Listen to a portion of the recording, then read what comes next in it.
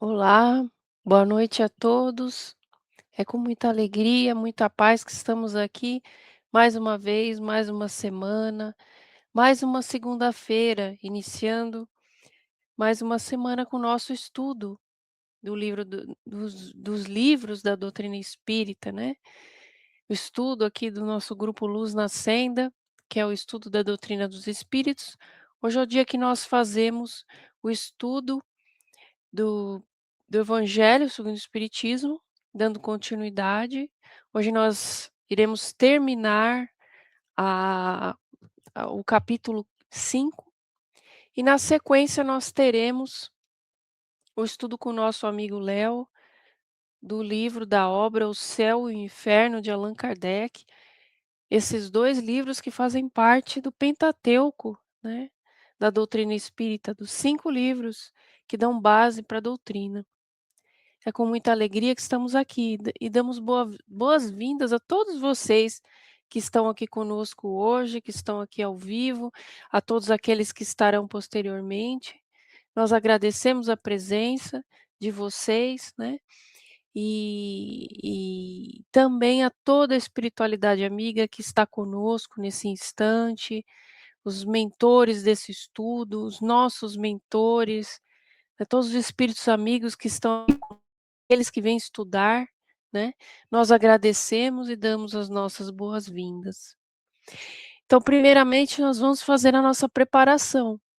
A preparação do estudo nós fazemos por conta de que possamos estar mais preparados para receber os ensinamentos. Então, é uma oportunidade, através de uma breve reflexão, de uma mensagem, né, e uma prece inicial para que possamos ali nos preparar.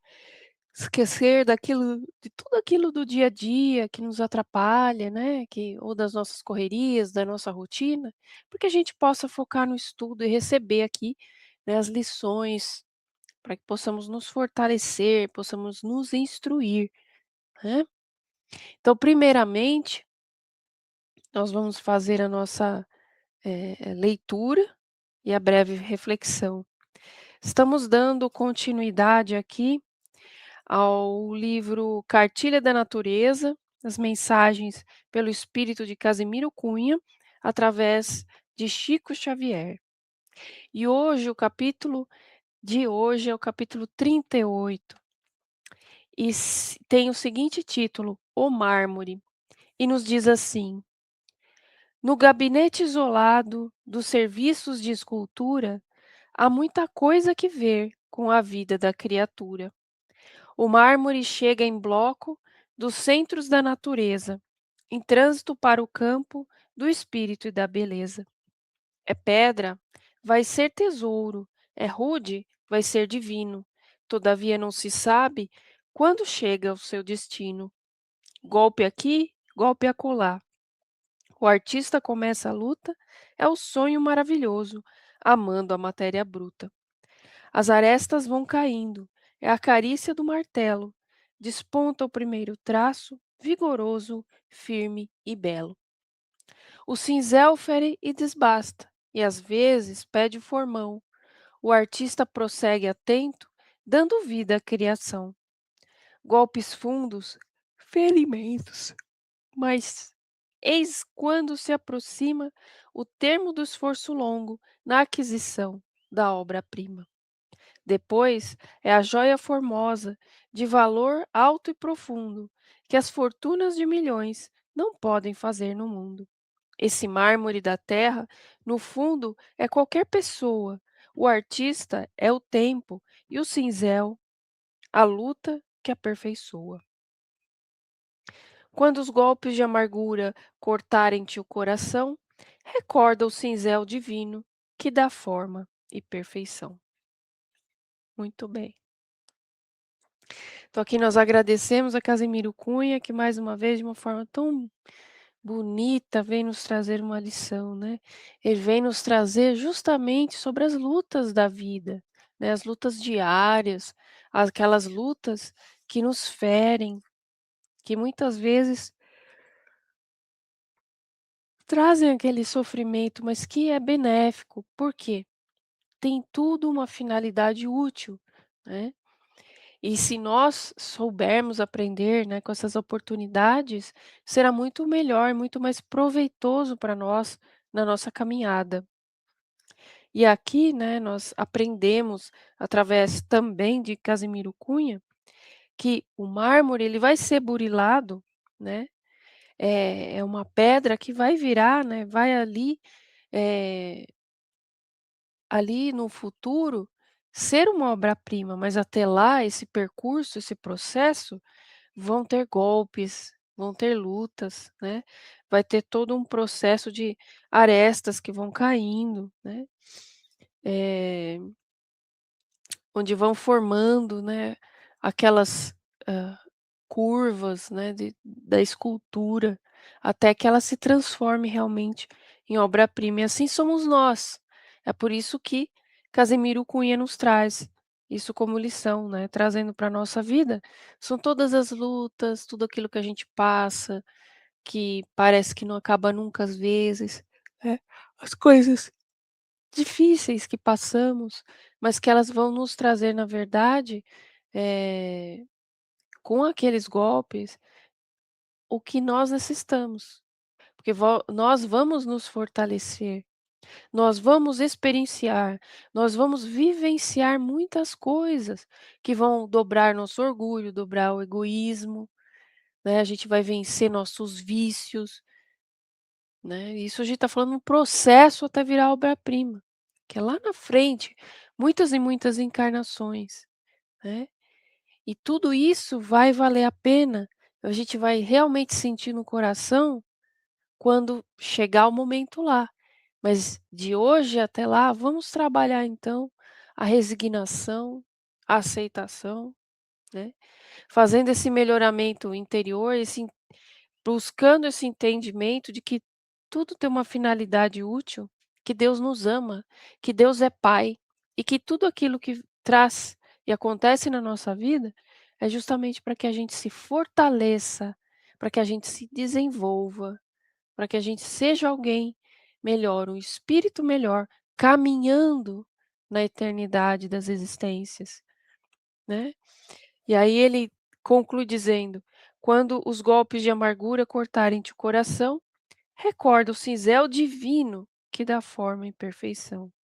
Então toda vez que você sentir a amargura, aquilo que dói, lembra, né, lembra.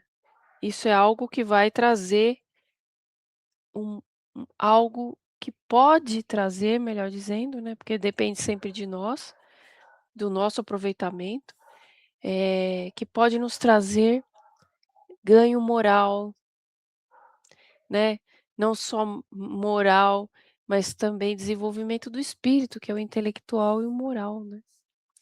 Então que nós possamos com essa reflexão iniciar nossos estudos, e assim com a nossa prece: "Querido mestre Jesus, amigos espirituais que nos acompanham, nossos mentores, os mentores desse nosso grupo de estudos, nós pedimos com carinho que nos auxiliem para que melhor possamos compreender as lições do estudo de hoje, de forma que possamos continuar nessa caminhada, Senhor, compreendendo cada dia um pouquinho mais e abrindo o nosso coração para essa reforma íntima.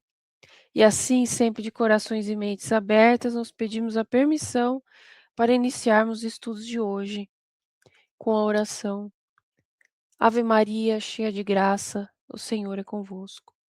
Bendita sois vós entre as mulheres, bendito é o fruto do vosso ventre, Jesus.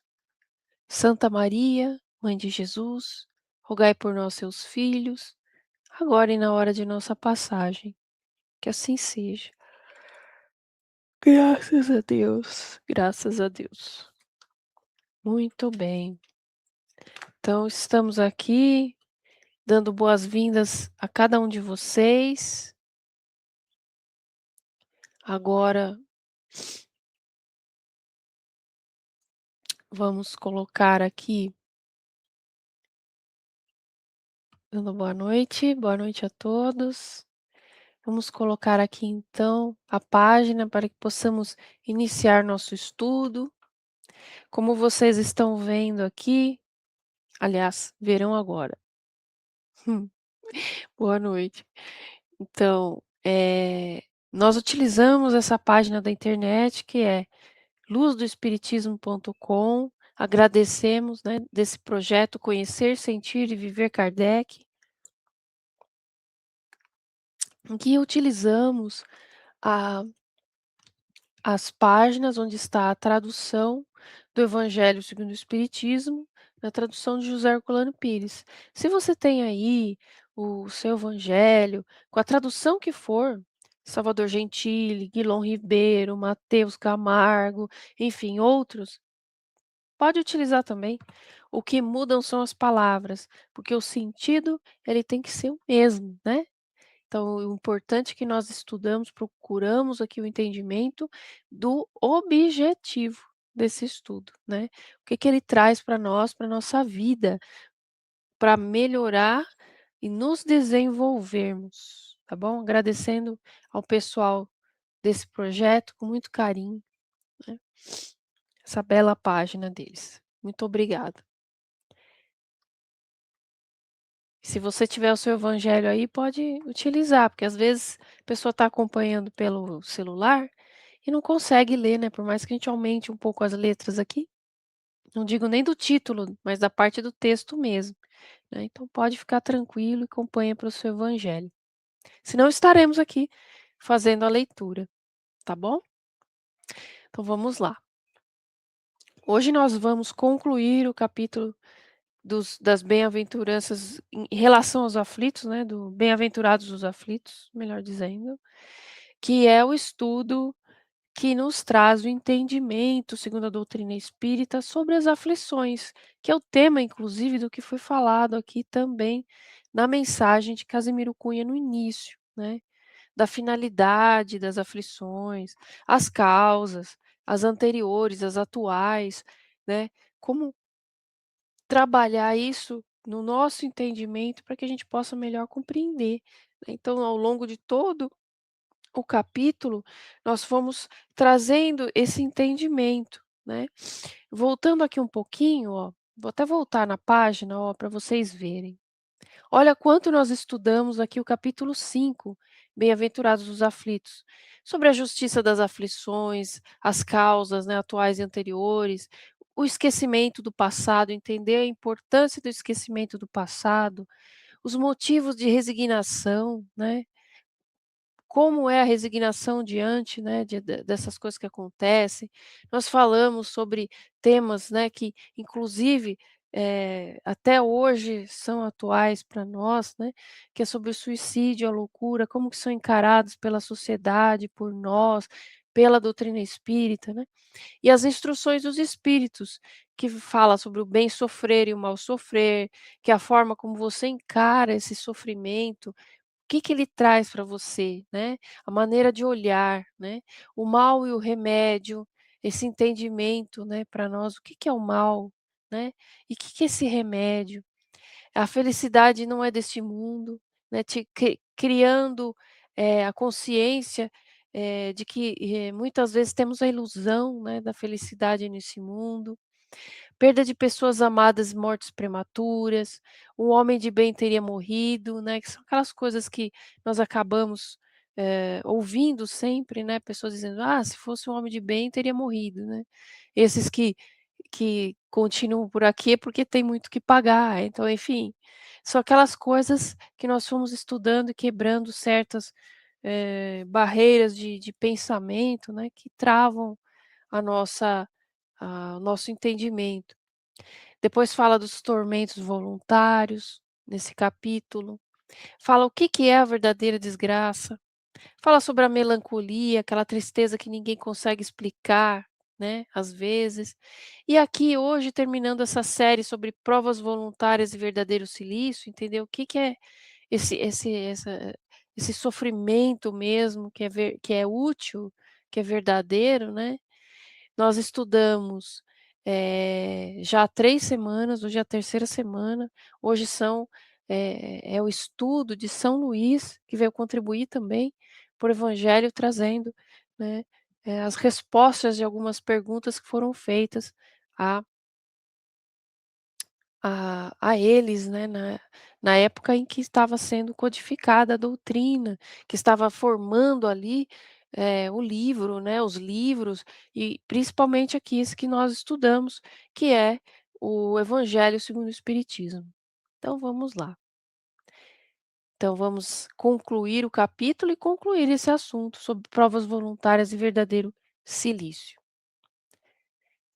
Aí são feitas perguntas a São Luís, né, que foram respondidas através, de um médium, né, uma médium, enfim,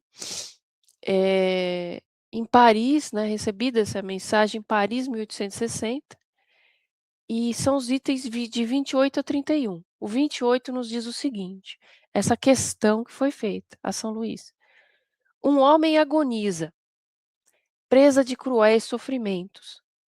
Sabe-se que o seu estado é sem esperança.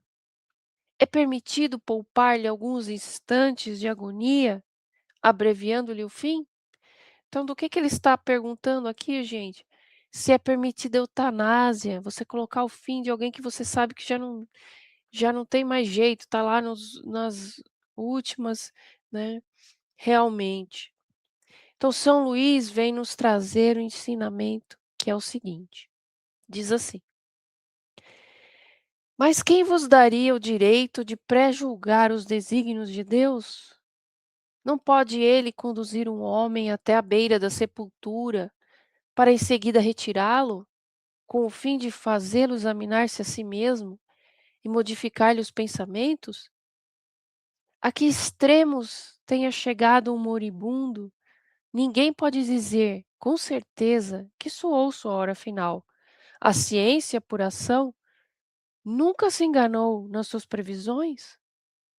Então, fazendo uma pausa aqui, ele diz a primeira coisa, né, como dizendo: "Quem somos nós para pré-julgar os desígnios de Deus? Quem somos nós?" Ou seja, colocando a gente no nosso lugar, falando: "Nós somos ainda imperfeitos, somos criação ainda em desenvolvimento de Deus, e nós não temos condições morais, nenhuma condição de pré-julgar Deus, que é infinitamente perfeito em tudo, em justiça em tudo", né.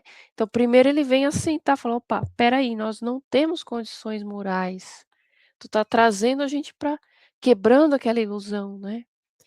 E ele nos fala o seguinte, que até o último instante é uma oportunidade que Deus dá para aquele espírito, para cada um de nós, nas nossas diversas existências, para que a gente possa, primeiro, examinar-nos a nós mesmos. Aquela análise que foi proposta aqui por Santo Agostinho, que ele veio nos trazer nos seus ensinamentos, né, que muitas vezes as pessoas não fazem, e as que fazem, naquele momento breve da hora final, é o momento dos mais importantes, aqueles instantes finais, né. Então, a necessidade de deixar, né, Deus é tão infinitamente bom, que Ele nos dá essa oportunidade até o último segundo daquela existência, de cada existência. E também para que a gente possa modificar nossos pensamentos, olhar de uma forma diferente, né. Então é sempre oportunidade. Aí ele continua dizendo assim: "Bem sei que há casos que se pode considerar com razão como desesperados, mas se não há nenhuma esperança possível de um retorno definitivo à vida e à saúde, não há também inúmeros exemplos de que, no momento do último suspiro, o doente se reanima e recobra as suas faculdades por alguns instantes? Pois bem, essa hora de graça que lhe é concedida pode ser para ele da maior importância, pois ignorais as reflexões que seu espírito poderia ter feito nas convulsões da agonia, e quantos tormentos podem ser poupados por um súbito clarão de arrependimento. Então, aqui mais uma pausa, ele continua nos explicando, mesmo que estejam ali em condições, assim, desesperadoras mesmo, né. Só Deus é que sabe, né, porque aquela condição em que, eh, está o espírito, muitas vezes é a condição necessária para que ele possa compreender, naquele último suspiro, né. E se ele recobra ali as suas forças, as suas faculdades por algum instante, né. Então a gente não pode, eh e se imaginar nessa hora de querer julgar, né, e querer pôr fim, né, a uma vida mesmo que nós julguemos que esteja, completamente ali, perdida ou sei lá o que possa vir à nossa cabeça. Nós não temos condições morais para compreender, né. E essa hora é uma hora muito importante, é isso que ele está falando, pode ser da maior importância para aquele espírito, porque nós não sabemos as reflexões que passam por ali. Nós muitas vezes estamos olhando para aquele irmão, para aquela irmã que está naquelas condições, às vezes em aparelhos, né, depende de cada um, né, da condição que está, mas a gente não sabe, a gente só vê ter aquela visão material, né. Então é justamente ali que pode haver esse clarão de arrependimento, né, do coisas do passado, né, que podem auxiliar e muito no desenvolvimento daquele espírito. E aí, nessa questão, o São Luís termina dizendo: "O materialista que só vê o corpo, não levando em conta a existência da alma, não pode compreender essas coisas, mas o espírita que sabe o que se passa além túmulo, conhece o valor do último pensamento, aliviar os últimos sofrimentos o mais que puderdes, mas guardai-vos de abreviar a vida, mesmo que seja apenas um minuto, porque esse minuto pode poupar muitas lágrimas no futuro." Então aqui vem nos trazer, ele falou assim: "Olha, aquele que ainda tem uma visão materialista, que só vê o corpo, aquilo que está acontecendo ali, ele não tem condição ainda de compreender essas coisas, mas aqueles", ele diz aqui, no caso nós que estudamos o espiritismo, que temos entendimento, e todas as religiões que têm esse entendimento da continuidade da vida, né, e aqui ele traz para nós que somos aqui estudantes da doutrina espírita, aprendizes, né, caminhando aqui, muito mais temos que, compreender, né, desse entendimento do valor do último pensamento, que pode poupar muitas lágrimas, né, e jamais a pensar em abreviar a vida. Aí na continuidade, foram feitas essas questões, né, o item 29 também é uma questão feita a São Luís,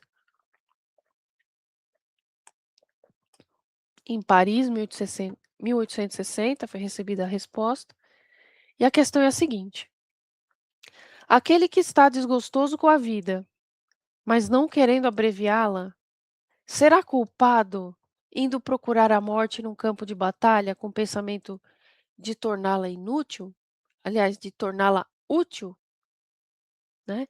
Então, ou seja, a pessoa já está desgostosa da vida, ela está com um mau pensamento ali, mas ela não quer exatamente, ou às vezes nem tem coragem, né, vai saber, né, não é nem coragem que fala, não tem a como é que diz? O ímpeto, né. Coragem é outra coisa, nós já estudamos que coragem é diferente de daquilo que se chama no coloquial, né. Porque no coloquial é a pessoa valente, é diferente, né. Então vamos colocar isso certinho, porque às vezes uma palavra mal colocada aqui, a gente pode levar alguém a um mau entendimento, né. E eu não, com muito amor e carinho, a gente tem muito cuidado, né, para que isso não aconteça. Então, coragem realmente é a coragem de a gente enfrentar as coisas da vida, pedir forças a Deus, né, aquilo que vem de dentro, né, para fora. E valentia é aquilo que a pessoa não reflete de maneira alguma. Ela põe ali todos os seus instintos e vão ver, né. A questão aqui de São Luís, ele está falando da pessoa que tem um desgosto pela vida, só que ela não vai exatamente para as vias de fato, mas ela está com maus pensamentos, né. E aí ela vai procurar a morte no campo de batalha e fala assim: "Ah, se caso eu morrer lá, se caso acontecer alguma coisa lá, né, pode ser que seja útil". Então, ou seja, a pessoa ela tá com maus pensamentos, ela tá num desequilíbrio, você vê isso, né, procurando um desfecho para uma coisa que não existe, que não é assim que resolve as coisas, né. Então foi essa questão. E diz o seguinte, São Luís: "Quer o homem se mate ou se faça matar, o objetivo é sempre o de abreviar a vida e, por conseguinte, há o suicídio de intenção, embora não haja de fato. O pensamento de que sua morte servirá para alguma coisa é ilusório, simples pretexto para disfarçar a ação criminosa e desculpá-los aos seus próprios olhos. Se ele tivesse seriamente o desejo de servir a pátria, procuraria antes viver para dedicar-se à sua defesa e não morrer, porque uma vez morto não se serve para nada. A verdadeira abnegação consiste em não temer a morte quando se trata de ser útil e enfrentar o perigo e oferecer o sacrifício da vida, antecipadamente e sem pesar, se for isso necessário. Mas a intenção premeditada de procurar a morte, expondo-se para tanto ao perigo, mesmo a serviço, anula o mérito da ação. Ou seja, nós entendemos aqui, pelo que São Luís falou, que tudo é intenção da pessoa. Se ela vai para frente de batalha com essa intenção de abreviar a vida, ela já tem, assim, premeditado isso. Então ela não vai se cuidar, ela não vai, ter ali sabe, os cuidados necessários, né, aquelas, né, vai estar ali mesmo para aconteça o que acontecer, para mim tanto faz, sabe. Então, tudo é intenção, né, porque quando, como São Luís diz aqui, a pessoa vai para a batalha, ela tem que pensar na defesa, em preservar a vida de todas as formas, e não só a dela, né, a de que está ali, dos companheiros do time. Então é uma intenção diferente. Mesmo que você fale: "Mas Regina, tá indo lá, o pessoal tá indo para a guerra, né, muitos vão morrer", né, mas qual é a intenção daquela pessoa? É de sair vivo, de defender, de não deixar seus companheiros morrerem, ou é ali naquele momento todo de se, né, de perder a própria vida? Então tudo é intenção, a intenção, nesse caso, né. Eh E quando a gente vê que o objetivo da pessoa é abreviar a vida, então sim, é um suicídio. É um suicídio de intenção, mesmo que não seja de fato, né. Então olha aqui, e muito interessante a gente colocar isso, né, porque são questões, eh que mexem mesmo com a nossa reflexão, né, para quem se coloca, assim, a refletir. Se a gente ficar só pela superfície, a gente não consegue compreender, né, muito. Precisa realmente buscar cada vez mais os a vamos dizer assim, a profundidade da questão, né. Aí, no item 30 foi feita uma outra questão a São Luís, que é a seguinte: "Um homem se expôs a um perigo iminente para salvar a vida de um semelhante, sabendo que ele mesmo sucumbirá. Isso pode ser considerado como suicídio?" Olha só. Então você imagina uma pessoa que se expôs ao perigo para salvar alguém, sabendo que ele também corre o risco, mas ele foi para salvar alguém. Isso é também um suicídio? Aí São Luís, né, no mesmo lá dia, tal, em Paris, 1860, responde o seguinte, nos ensina: "Não havendo a intenção de procurar a morte, não há suicídio, mas devotamento e abnegação, mesmo com a certeza de perecer. Mas quem pode ter essa certeza? Quem diz que a providência não reservará um meio inesperado de salvação no momento mais crítico? Não pode a salvar até mesmo aquele que estiver na boca de um canhão? Pode ela muitas vezes querer levar a prova da resignação até o último limite, e então uma circunstância inesperada desvia o golpe fatal. Então aqui nós entendemos mais uma vez tudo a intenção, né. Se a gente percebe aqui, principalmente nesses casos, né, por mais que a gente volte lá no primeiro caso, que fala da eutanásia: "Não, mas a minha intenção era de abreviar o sofrimento", é diferente, porque você desligar o aparelho da pessoa, né, deixar de dar o remédio para ela, porque você vai achar que praticando a eutanásia você vai estar aliviando o sofrimento, não, a gente vai estar, eh vamos dizer assim, mexendo em algo que nós não podemos, porque o que nós devemos é sempre buscar aliviar o sofrimento, né, salvar em qualquer circunstância, não importa a circunstância, porque não cabe a nós, não sabemos os desígnios de Deus, né. E no caso aqui, quando ele faz essa questão, imaginemos aqui, por exemplo, um bombeiro que arrisca a própria vida, mas o que que ele faz para o salvamento dessas pessoas no combate a incêndio, às vezes de alturas, de enfim, eh ele não vai simplesmente lá do nada, né: "Ai, se eu morrer tudo bem", não, ele se prepara, tem o preparamento não só físico, tem o preparamento psicológico, tem o preparamento dos materiais, da toda a infraestrutura de um salvamento, os esquemas, é feito um estudo do local, mesmo que seja ali, sabe, com mapas, com e outras vivências vão trazendo muito para a pessoa.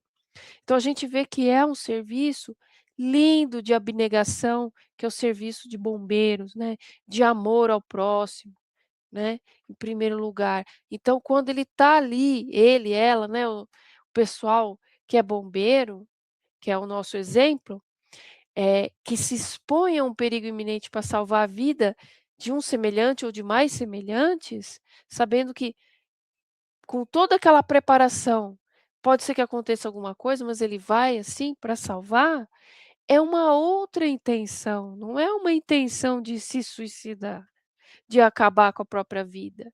Não é a intenção é outra, é do salvamento, é uma intenção boa. E é por isso que São Luís fala para nós que ele não está procurando a morte, ele está ele está ali devotado, abnegado para salvar as pessoas, né. Então é uma intenção diferente. E como ele diz aqui São Luís, que dirá como que nós não podemos dizer saber inclusive, a providência divina, ela pode ali, reservar algo, inesperado para nós naquele momento crítico, que desvia-se aquele golpe fatal, sabe? Então nós temos que ter fé, né, isso aqui é um exemplo dos bombeiros, mas também de outras pessoas que vão salvar outras de atropelamento, de N situações que inclusive nós já vimos, ou já presenciamos, ou até já acabamos de alguma forma sabendo durante a nossa vida, né. Então sempre é a questão da intenção, né, em relação à nossa vida, em relação à vida do outro, né, não é querer colocar uma desculpa, como no caso da eutanásia, como no caso daquele que está desgostoso, né, para ainda depois do acontecimento a pessoa ainda se sentir bem: "Ah, mas eu só fiz isso porque era para ajudar. Ah, mas eu só fiz isso porque era para", né. Então, a gente precisa quebrar as ilusões da vida, quebrar essas coisas que nós deixamos, vamos dizer assim, que nós não nos responsabilizamos. É difícil muitas vezes? Com certeza. A maioria das vezes é difícil. A maioria das vezes é difícil. Mas nós precisamos ter em mente a a intenção e ter em mente que nós não podemos mexer com os desígnios de Deus nesse sentido. Nós podemos sim atenuar, né, dar conforto o máximo possível, tirar dores, mas abreviar a vida? Não. Nós não somos, né, não podemos ter essa pretensão, né. Quem somos nós? Esses indivíduos aqui, essas criaturas, filhos de Deus, mas ainda muito falhos, muito o que aprender ainda. Aí na sequência, ó, para fechar o estudo e fechar esse capítulo, temos a questão no item 31. No item 31, a questão que foi feita a São Luís é a seguinte: os que aceitam com resignação os seus sofrimentos, por submissão à vontade de Deus e com vistas à sua felicidade futura, não trabalham apenas para eles mesmos e podem tornar os seus sofrimentos proveitosos para os outros? O que que ele está perguntando aqui? Se aquele, por exemplo, Eh, que está ali numa cama há anos, mas que está levando aquilo com uma de uma forma, vamos dizer assim, o melhor possível. Nós temos casos diversos, tem na doutrina espírita tem o aquele irmão que inclusive fazia palestras, acamado, né, o que chamavam de gigante deitado. Deixa eu ver se eu lembro o nome dele aqui, só um instantinho. Porque é muito tem um livro que é maravilhoso, que fala sobre a vida dele, o Jerônimo Mendonça, chamavam ele de gigante deitado, né. Ele chamava-se Jerônimo Mendonça Ribeiro. Foi um grande líder espírita, né, que ele falam que ele tinha artrite reumatoide progressiva e foi dos 20 anos, aí ficou tetraplégico, né, depois ficou cego. Então, sabe, ele passou por um processo bem doloroso, mas ele levava com muita resignação, sabe, uma aceitação, uma coisa que é para a gente aprender mesmo. E ele ficava ali, né, a maior parte da sua vida ficou deitado numa cama ortopédica, né. Então, ele realizava as palestras, ele ia em uma Kombi adaptada, né, ajudou a consolar pessoas, a fundar centros espíritas. Isso é maravilhoso, né. Isso é maravilhoso. Desculpa, gente. Eh, então, é nesse sentido que aqui está falando. É nesse sentido que aqui está falando. Então, que a gente possa compreender. Então, que a gente possa, ter esses exemplos em mente, né, e quando faz, é feita essa questão a São Luís, é é justamente sobre isso. Será que essa resignação mostrada através de exemplos, será que não pode, auxiliar alguém, né, com aquelas ações? Né, ou é um trabalho para si próprio, né, ou pode ser esse sofrimento proveitoso para outros exemplo, né. E aí São Luís diz assim: "Esses sofrimentos podem ser proveitosos para outros, material e moralmente. Materialmente, se pelo trabalho, as privações e os sacrifícios que se impõem contribuem para o bem-estar material do próximo. Moralmente, pelo exemplo que dão, com sua submissão à vontade de Deus. Esse exemplo do poder da fé espírita pode incitar os infelizes à resignação, salvando-os do desespero e de suas funestas consequências." Desculpem, às vezes acontece, né, me perdoem, apesar de eu ter colocado Modo avião, o celular tocou, me perdoem. Então retomando aqui, esse exemplo ele pode incitar as pessoas, né, a ter a resignação, a formar, como pode ser uma fagulha naquele momento, né, e salvar essas pessoas, esses irmãos, essas irmãs, cada um de nós, do desespero, né, e muitas vezes de consequências funestas para o futuro, né, de coisas impensadas, né. Então é uma bênção mesmo e nós só temos que agradecer. Então, e aprender, né, aprender com o que a gente puder, da melhor forma que a gente puder, né, com os exemplos da vida, com os bons exemplos, porque nós temos exemplos na vida do que fazer e do que não fazer, do seguir e do que não seguir, né.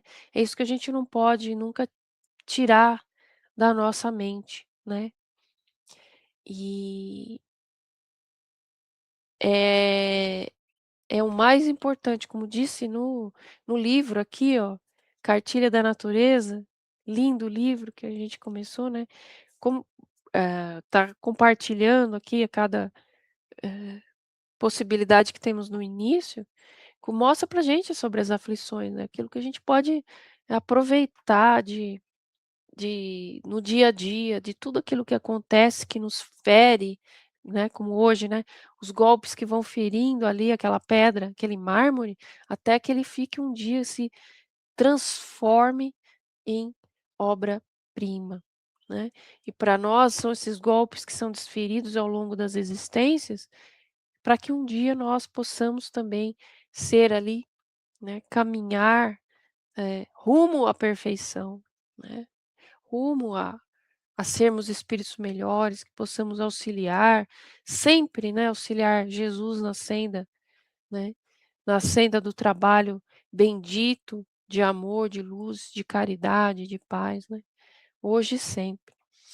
Então, eh, nós agradecemos, né, a cada um de vocês por poderem estar conosco, pedindo desculpas dessas coisas que acontecem, por mais que a gente, como diz, né, que a gente tente fazer com que não aconteça, e acaba acontecendo, né, mas acredito que não tenha dado problema no nosso, eh assim, ferido a continuidade da nossa, do nosso estudo aqui, né. Então, agradecendo a cada um de vocês e vamos preparar aqui, né, pra a próxima semana vamos entrar então num capítulo novo, né. Vamos entrar num capítulo, eh, o capítulo 6 que com certeza também vai nos trazer muitos ensinamentos. Então vamos dando boas-vindas aqui ao nosso amigo Léo, que vai agora dar continuidade aos estudos. Seja bem-vindo, Léo.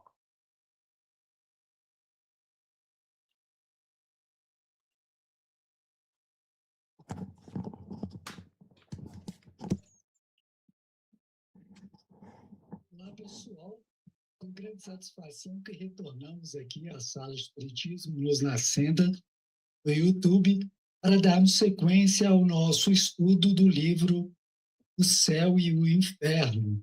Lembrando que a gente está aí nos depoimentos dos espíritos felizes. Já vimos diversos espíritos e na noite de hoje, dessa segunda-feira, nós vamos ver o depoimento mais um espírito feliz, que é o Bernardinho Bordeaux, abril de 1862. Sou o espírito esquecido há muitos séculos. A terra vivia no opróbrio e na miséria, trabalhando incessantemente para dar à família um pedaço de pão. Amava, porém, o verdadeiro Senhor, e quando o que me oprimia na terra sobrecarregava o fardo das minhas dores, eu dizia: meu Deus, dai-me a força de suportar-lhe o peso sem queixumes. Espiava, meus amigos. No entanto, ao sair da rude provação, o Senhor recebeu-me na sua santa paz e o meu mais caro voto foi reunir-vos a todos, irmãos e filhos, dizendo: o mais cara que ajungues a felicidade que vos espera, há de suplantar o seu preço. Filho de numerosa família, jamais tive posição de servir a quem melhor podia auxiliar-me a suportar a existência. Nascido em época de servidão cruel, suportei todas as injustiças, todos os trabalhos penosos, todos os dissabores que os subalternos do Senhor me impuseram. Vi minha mulher ser ultrajada e as filhas raptadas e repudiadas em seguida. Tudo sem poder queixar-me. Vi levarem os meus filhos a guerras de pilhagens e de crimes, para os enforcarem depois por faltas não cometidas. Ah, se soubesseis, pobres amigos, o que eu padeci na minha longa existência, eu esperava contudo. E o Senhor concedeu-me essa felicidade que não existe na terra. A todos vós, portanto, coragem, paciência e resignação. Tu, meu filho, guarda o que te dei, que é um ensinamento prático. Quem aconselha é sempre mais atacado quando pode dizer: suportei mais que vós, e suportei sem me queixar. Então é um ponto interessante, né? Porque todas as vezes que algo nos incomoda, ou que uma dor nos toca o coração, ou que é a primeira tendência nossa é de queixar, de reclamar. Muitas das vezes até perguntar: meu Deus, por que comigo? Né? E a gente acaba nesses momentos, né, de aflição, esquecendo que tem um Deus superior, um Deus maior, um Deus sublime, tudo sabe, tudo faz por nós, que somos os seus filhos. E tal, como tal, jamais um pai quer o mal para o filho. Então a gente tem que ter essa certeza, enquanto filhos de Deus que somos, criados por Ele, simples e ignorantes, estamos aqui uma jornada de aprendizado. E nesse momento que nos encontramos no planeta Terra, planeta de provas e expiações, em algum momento a gente vai passar por dificuldades, em algum momento é inevitável que a dor nos toque. Mas vamos lembrar o seguinte: tudo isso nos acomete por um único motivo. Não é castigo de Deus, mas sim algo que vem nos ensinar para podermos crescer. Nós fizermos um balanço nossa vida atual, qual foi o momento que a gente mais aprendeu? A gente tinha um chefe cobrando a gente para nos melhorarmos, entregarmos mais no trabalho, ou quando tínhamos um chefe que nos passava a mão na cabeça e a gente acomodava, a gente relaxava. Então, enfim, nós ainda precisamos do patamar que nos encontramos para entregar o nosso melhor, sejamos cobrados, sejamos tocados pela dor que vai fazer com que a gente vá adiante. Então, eu considero a dor como sendo a mola propulsora do nosso progresso. Ainda precisamos disso. Não é que ela seja necessária de fato, mas o patamar evolutivo que nos encontramos, ela ainda se faz necessária, porque senão a gente iria acomodar e não iríamos progredir, não iríamos crescer tal qual precisamos. Então, a lei do progresso é uma lei divina, uma lei natural, uma lei de Deus, e ela é para todos e para tudo que encontra-se nesse universo. O universo, o planeta Terra, os seres viventes aqui, os seres humanos, todos, enfim, estão num progresso continuado, por mais que a gente não consiga perceber.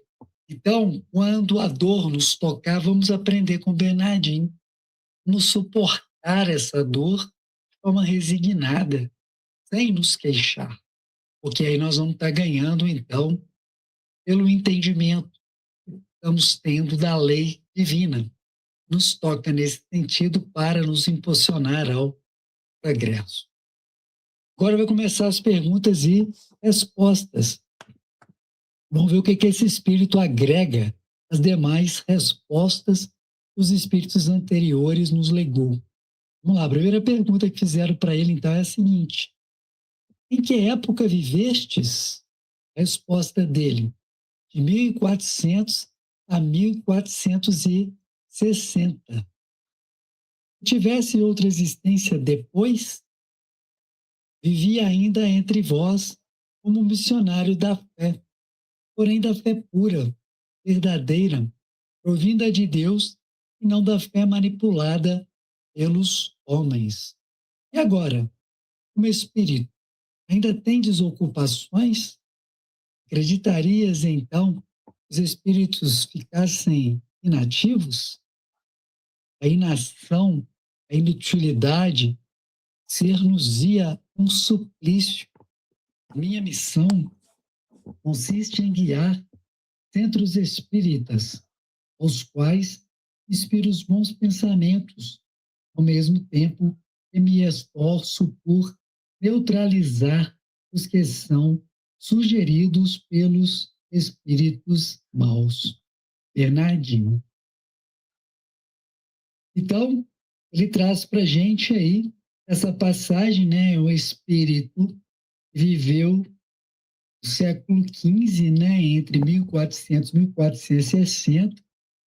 Ele fala que ainda viveu entre nós como missionário da fé, mas da fé pura, não aquela que os homens nos impõem. Agora nós vamos ver o depoimento da Condessa Paula. Vamos ver o que ela tem, depois de ter visto o Bernardinho, o que a Condessa Paula tem nos agregar. Lembrando que a gente está na segunda parte, no capítulo 2, fazendo os depoimentos daqueles espíritos considerados espíritos felizes. Bela jovem, rica e de família ilustre, a Condessa Paula era também perfeito modelo de qualidades intelectuais e morais. Faleceu em 1851, com 36 anos. Seu necrológio é daqueles que podem resumir-se nessas palavras, repetidas em todas as bocas. Porque Deus retira tão cedo essas pessoas da terra? Felizes, porque assim fazem abençoada sua memória. Ela era boa, meiga e indulgente, sempre pronta a despertar ou atenuar o mal, em vez de aumentá-lo. Jamais a maledicência lhe maculara os lábios, sem arrogância nem austeridade. Era ao contrário, com benevolência e delicada familiaridade, retratava os que eram inferiores, sem quaisquer aparências de superioridade ou de humilhante proteção. Compreendendo que as pessoas que viviam do trabalho não são rendeiros e que, por conseguinte, precisam do dinheiro que se lhes deve, seja pela sua condição, seja para se manterem, jamais reteve o pagamento de um salário. A simples ideia de que alguém pudesse experimentar uma privação por sua causa ter-lhe-ia um remorso de consciência. Ela não pertencia ao número dos que sempre encontram dinheiro para satisfazer as fantasias.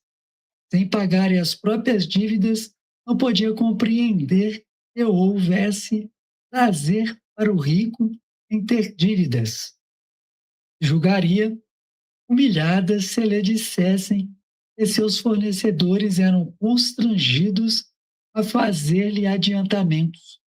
Por isso, Só houve pesares por ocasião da sua morte e nenhuma reclamação. A sua beneficência era inesgotável, mas não essa beneficência convencional que se ostenta à luz do dia. Exercia a caridade do coração e não a que busca os aplausos do mundo. Só que sabe as lágrimas que ela enxugou e os desesperos que a acalmou, pois tais virtudes só tinham por testemunhas os infelizes que assistiam. Sabia que ninguém descobrir os infortúnios ocultos, que são os mais dolorosos, socorrendo-os com aquela delicadeza que ela eleva o moral em vez de o rebaixar. Sua posição na sociedade e as altas funções do marido obrigavam-na a lidar com os onerosos encargos domésticos, os quais não podia eximir-se, satisfazendo plenamente as exigências de sua posição. Ela o fazia, contudo, sem avareza e com método, evitando desperdícios e superfluidades, a tal ponto que lhe bastava a metade do que outrem seria preciso para se desincumbir da mesma tarefa.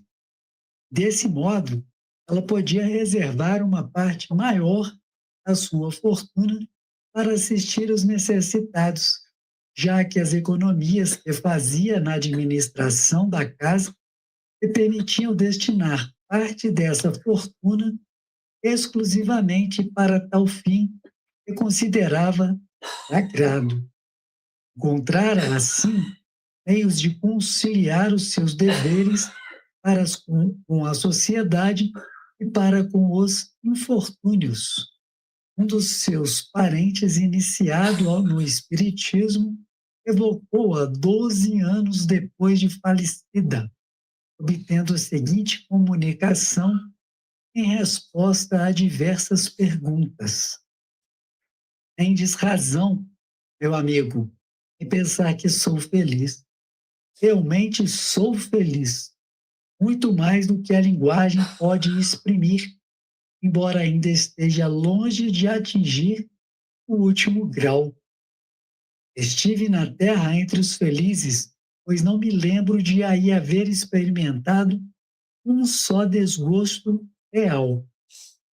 Juventude, saúde, fortuna, consideração, eu tinha tudo o que entre vós constitui a felicidade. O que é, no entanto, essa felicidade comparada à que desfruto aqui? O que são essas esplêndidas em que na terra se exibem as mais belas joias comparadas a essas assembleias de espíritos esplendentes de brilho, e as vossas vistas não suportariam? Brilho que é atribuído à sua pureza? Que são os vossos palácios e salões dourados comparados a essas moradas aéreas, vastas regiões dos espaços matizadas de cores que ofuscariam o próprio arco-íris? É que se reduzem os vossos passeios nos parques comparados aos percursos da imensidade mais rápidos que o relâmpago? O que dizer desses horizontes nebulosos, limitados, comparados ao espetáculo de mundos a se moverem no universo infinito, o influxo do Altíssimo? Como são monótonos os vossos concertos mais harmoniosos em relação à suave melodia que faz vibrar os fluidos do éter e todas as fibras da alma. Como são tristes, insípidas as vossas maiores alegrias comparadas à sensação inefável de felicidade que nos satura todo o ser com um eflúvio benéfico, sem mescla de inquietação, sem apreensão de sofrimento?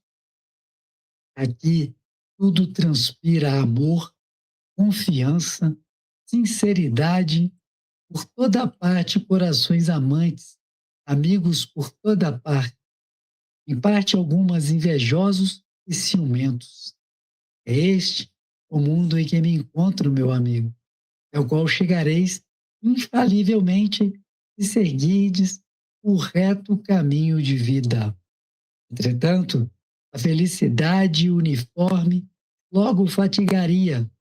Não acrediteis, pois, a nossa seja isenta de peripécias, nem concerto perene, nem festa interminável, nem beatifica contemplação por toda a eternidade.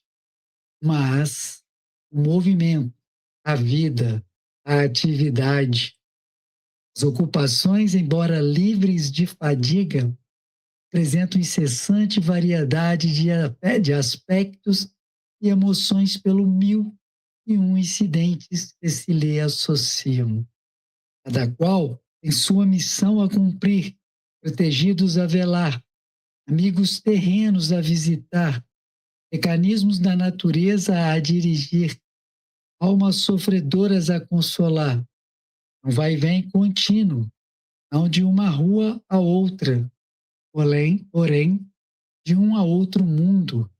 Unimos-nos, separamos-nos para novamente nos juntarmos, encontrarmos aqui e ali, conversarmos sobre o que fizemos, felicitamos-nos pelos êxitos obtidos, ajustamos-nos, assistimos-nos mutuamente nos casos difíceis. Finalmente, asseguro-vos, ninguém tem tempo para enfadar-se por um segundo que seja. Neste momento, a Terra é a nossa grande preocupação. Quanto movimento entre os espíritos, quão numerosas são as falanges que aí afluem a fim de lhe auxiliar o progresso e a evolução. Dir-se-ia uma nuvem de trabalhadores ocupados em destrinçar uma floresta sob as ordens de chefes experimentados. Uns abatem troncos seculares e lhes arrancam as raízes profundas. Outros desbravam o terreno, cultivam terra e edificam a nova cidade sobre as ruínas carcomidas do velho mundo. Durante esse tempo, os chefes se reúnem e transmitem suas ordens por intermédio de mensageiros em todas as direções. A Terra deve regenerar-se em dado tempo, mas é preciso que os desígnios da providência se realizem. Por isso, cada um toma parte na grande obra. Não me julguei simples espectadora dessa grande empresa. Seria vergonha permanecer inativa quando tanta gente ela trabalha. Importante missão me foi confiada. Me esforço por cumpri-la para a melhor forma possível. Então a gente vê aqui que o espírito dessa pessoa, né, um espírito que evoluído, a forma que ela viveu e tal, viveu 36 anos. A gente sabe que as pessoas que morrem em tenra idade, quanto bebês, ou natimorto, ou pessoas que morrem como ela com 30 e poucos anos, veio cumprir o que faltava e não deu tempo de fazer na vida que cessou anteriormente, no corpo anterior. Então, ela veio, fez o que tinha que fazer, voltou, e você vê o relato, a descrição que ela nos traz do que a gente trata como felicidade aqui na Terra, sendo algo muito pequeno frente a tudo aquilo que ela hoje vivencia na pátria espiritual, no mundo espiritual, fazendo as comparações, né, de partes que ela vai e vem, encontra, faz, e que lá as pessoas não têm ciúme, inveja, que trabalham para o bem comum, trabalham juntas, né, auxiliando em problemas mais difíceis, locais bonitos, né, que tem o brilho, a luz eu ofuscaria o arco-íris, a gente vê, né? Aquele que vive da forma correta aqui na Terra, que aplica os ensinamentos, a bondade, o amor, a caridade, a benevolência para consigo mesmo e para com os outros, ensinamentos que foram ensinados pelo Cristo Jesus, mas também por outros grandes espíritos evoluídos que pisaram o solo terreno. A gente vê que quando a gente coaduna, trabalha nesse sentido, nessa linha, né, a gente então vai estar muito bem na pátria espiritual. Ou como eu já disse, né, em outros estudos de outras semanas, não canso de me repetir, essas passagens, esses relatos, esses espíritos são importantíssimos. Que bênção é esse livro, O Céu e o Inferno, que nos proporciona, então, esses subsídios, essas bases que a gente pode construir outros andares de conhecimento para que possamos, quando chegar o momento da nossa transição, estarmos preparados para ela. E, além disso, né, enquanto vida tivermos aqui nesse corpo, ocupamos nesse momento, possamos, então, meditar, refletir sobre todos esses pontos, todas essas passagens e darmos melhor encaminhamento para a nossa vida, fazendo, então, um alinhamento com os ensinamentos, então, esse Espírito nos passa e, principalmente, tendo como modelo e guia o nosso Mestre Jesus, já que somos cristãos. Vamos lá, vamos dar sequência, então. Não foi sem luta que alcancei a posição que ora ocupo na vida espiritual. Ela deixa relatado aqui para a gente, não é de graça.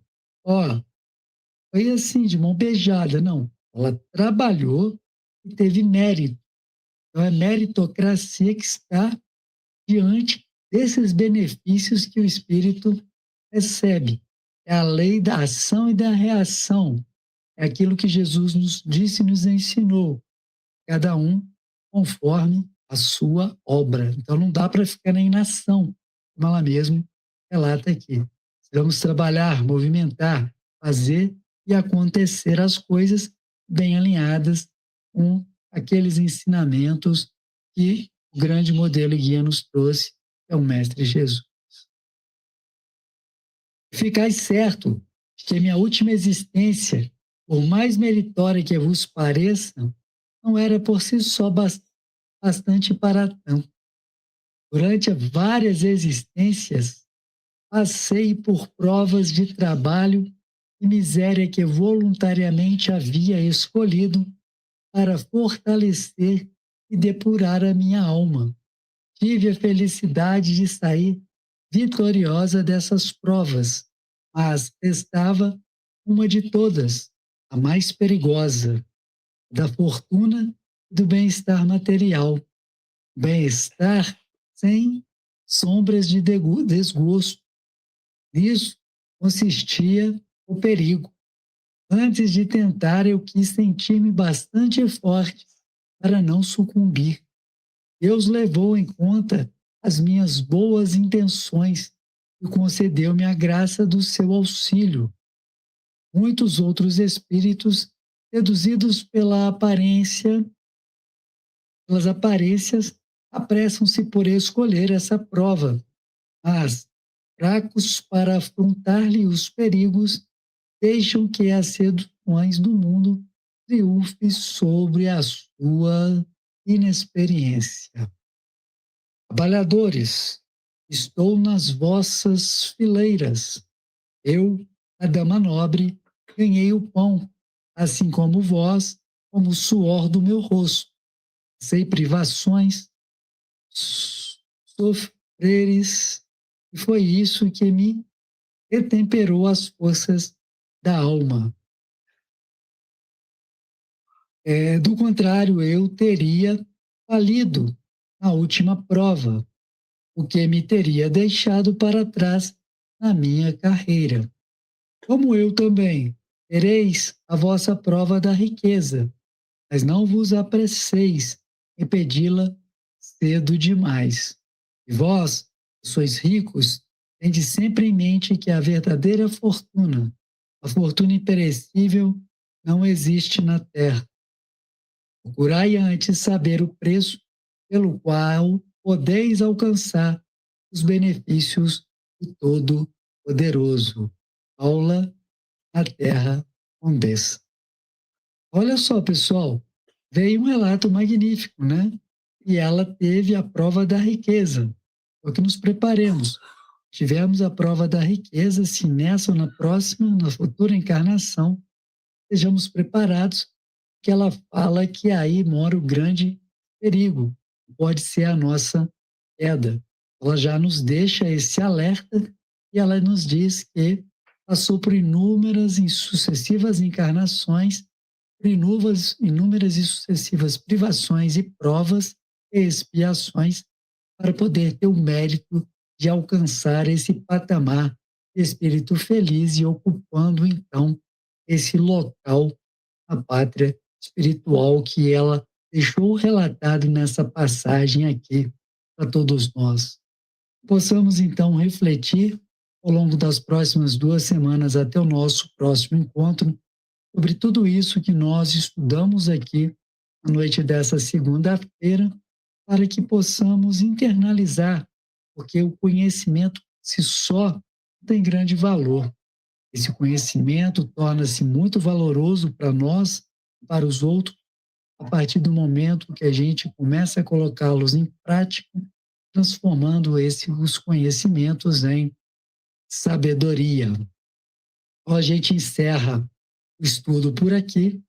A semana, daqui a 2 semanas, daqui a 15 dias, a gente volta com um relato ainda de um espírito feliz, que é o Gian Rinaldi, Sociedade Espírita de Paris, uma comunicação realizada de forma espontânea. Então, essas são as cenas dos próximos capítulos. Espero, então, daqui a 15 dias, para darmos sequência a esse nosso estudo. Para encerrar esse encontro da noite de hoje, nós vamos para os momentos de vibrações. Aproveitando, então, estamos nessas vibrações elevadas, possamos nós, então, amplificarmos essas vibrações e levarmos para os nossos semelhantes, espalhando, então, por todos os lados, 360 graus, para que possamos atingir todos aqueles que estão próximos e pouco ou muito distantes de nós, já que para a força do pensamento, não existem barreiras e nem distâncias. Sabendo disso, então, ao fazermos essas vibrações, levando esse bem-estar para os nossos semelhantes, estamos praticando também, é uma forma de praticarmos a caridade. Então, começamos a levar essas vibrações para os nossos entes queridos, que são os próximos, mais próximos, que estão sobre o mesmo teto que nós nos encontramos agora. Eles possam sentir essas vibrações de luz, de paz e de harmonia. Possamos estender e propagar essas vibrações para os vizinhos do lado direito, do lado esquerdo, em cima, embaixo.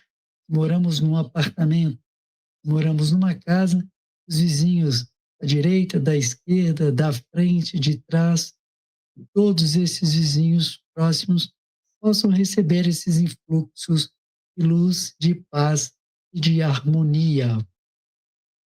E possamos expandir ainda mais essas vibrações e atingir a todos os semelhantes que se encontram no mesmo bairro da cidade que nos encontramos. Que possamos expandir ainda mais e atingir a todos os nossos semelhantes que estão na mesma cidade que nos encontramos nesse instante, expandindo ainda mais essas vibrações, que possamos atingir todo o estado que nos encontramos. Dele, a partir dele, possamos emitir, expandir essas vibrações para todos os estados que compõem a nossa federação, compõem o nosso país, o Brasil, que as pessoas recebam esses influxos de luz, de paz e de harmonia, que possamos continuar expandindo essas vibrações, atingindo distâncias ainda maiores, levando para os países circunvizinhos, atingindo os nossos semelhantes, os nossos irmãos de outros países, América do Sul, América Central, América do Norte, que possamos expandir para o Pacífico, para o Atlântico, que possa, então, essas vibrações transpor esses oceanos, atingindo os demais continentes e toda a população brasileira, toda a população mundial, não só a brasileira, atingindo, então, os 8 bilhões de seres encarnados e em torno de 60 bilhões de seres desencarnados que estão no orbe terrestre. E que eles possam sentir, tocar o seu coração, essas vibrações, que se sintam iluminados, em paz, em harmonia, em equilíbrio. E que agora possamos, como se pegássemos um foguete, afastarmos do planeta Terra e vemos cada vez mais ele menor, de uma distância tal que a gente consegue vê-lo girar no espaço escuro. Girando, nós estendemos as nossas mãos, então, vibrando para esse planeta Terra os sentimentos da mais pura gratidão por nos acolher, por ser a escola que nos ensina, por ser o hospital que nos cura as chagas da alma através das encarnações sucessivas que ela nos permite quando nos recebe no seu seio. Que possamos aproveitar essa encarnação que nos encontramos no momento, cada segundo, cada minuto, cada hora, cada dia, cada semana, cada mês, cada ano que Deus nos permitir viver nesse corpo para nos melhorarmos. Para isso precisamos nos autoconhecer, para podermos fazer essa transformação que é tão preciso, que é tão necessário para que possamos praticar as leis naturais, as leis divinas e a lei de Deus, colocar a lei do progresso constantemente sendo aplicada em nossas vidas. E que Mestre Jesus, Allan Kardec, Francisco Cândido Xavier e as falanges de espíritos do bem possam nos dar uma excelente semana que se inicia de saúde, paz, harmonia e equilíbrio. E a você, gratidão pela audiência e pela paciência. Conto com a sua presença daqui a 15 dias, novo estudo, dando continuidade ao livro O Céu e o Inferno. Até lá, se Deus assim o permitir.